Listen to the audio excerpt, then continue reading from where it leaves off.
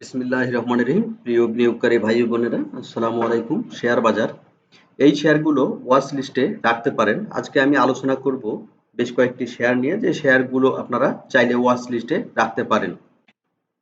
প্রথমে জানিয়ে দেব সতর্কবার্তা, এই চ্যানেলের মাধ্যমে কাউকে শেয়ার বাই অথবা সেল করতে উৎসাহী করে না। সাবস্ক্রাইব করে আমার চ্যানেলটির সাথে থাকবেন। আশা করি শেয়ার বাজার সম্পর্কে নিত্য নতুন আপডেট ইনফরমেশন পাবেন। আমার চ্যানেলে আমি আলোচনা করি যে শেয়ারগুলোর প্রাইস দর অনেকটা নিচের দিকে, এই শেয়ারগুলো নিয়ে। আপনারা জানেন, ধারাবাহিক উত্থানে চলছিল শেয়ার বাজার। আজকে 4 আগস্ট 2025, আজকে কিন্তু শেয়ার বাজার সকালের দিকে আপনারা লক্ষ্য করলে দেখবেন আপ অ্যান্ড ডাউনস এর মধ্যে ছিল। শেষের দিকে কিন্তু মার্কেট মোটামুটি বড় কারেকশনে যায়, অর্থাৎ 50.23 পয়েন্ট ইন্ডেক্স আজকে হারায়। তো লেনদেনও কিন্তু আজকে ইন্ডেক্সে পয়েন্ট হারানোর সাথে সাথে লেনদেনও কিন্তু আজকে কমেছে। আপনারা জানেন গতদিন 1100 কোটি টাকা প্লাস লেনদেন হয়েছিল, আজকে কিন্তু সেটি হয়েছে 911.73 কোটি টাকা লেনদেন, এবং ম্যাক্সিমাম কোম্পানি নেগেটিভ অবস্থায় ছিল। এরপরেও 121টি কোম্পানি অ্যাডভান্স ছিল, অর্থাৎ গেইনারের দিকে ছিল। 66টি কোম্পানি আনচেঞ্জ অবস্থায় ছিল। তো আজকে আমি তিনটি শেয়ার নিয়ে কথা বলবো। শেয়ার তিনটি আপনারা চাইলে ওয়াচ লিস্টে রাখতে পারেন। এর মধ্যে প্রথমে কথা বলবো ইন্স্যুরেন্স সেক্টরের একটি শেয়ার নিয়ে। শেয়ারটি হচ্ছে শিকদার ইন্স্যুরেন্স লিমিটেড।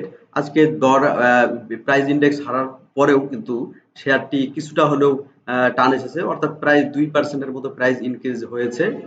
শেয়ারটিতে 40 পয়সা আজকে প্রাইস ইনক্রিজ করে 21 টাকা 50 পয়সাতে অবস্থান করছে।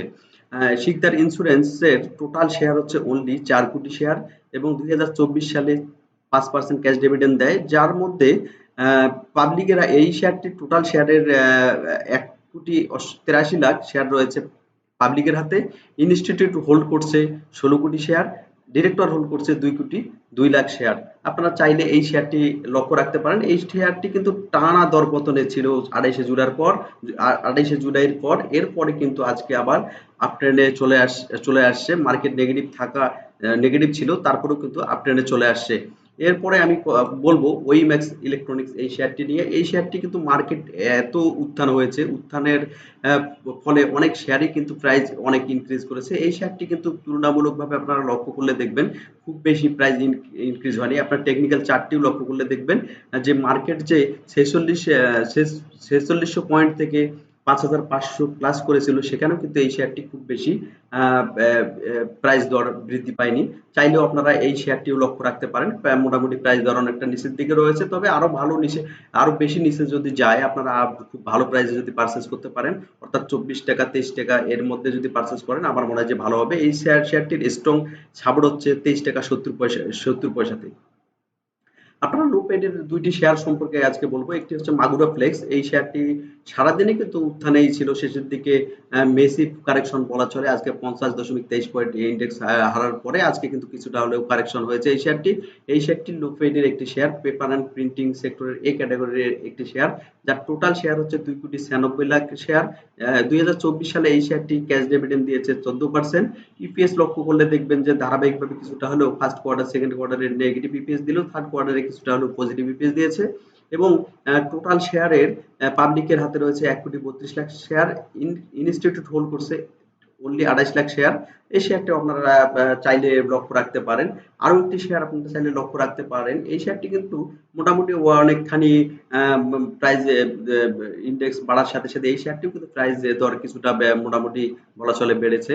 আপনারা লক্ষ্য করলে দেখবেন এই শেয়ারটি 52 টাকা 40 পয়সাতেও নেমেছিল, সেখান থেকে কিন্তু 68 টাকা 70 পয়সায় বর্তমান অবস্থান করছে। এই শেয়ারটিও আরো কিছু কারেকশন যদি হয়, আপনারা ভালো একটি প্রাইসে যদি রাখতে পারেন, এই শেয়ারটিও ভালো হবে।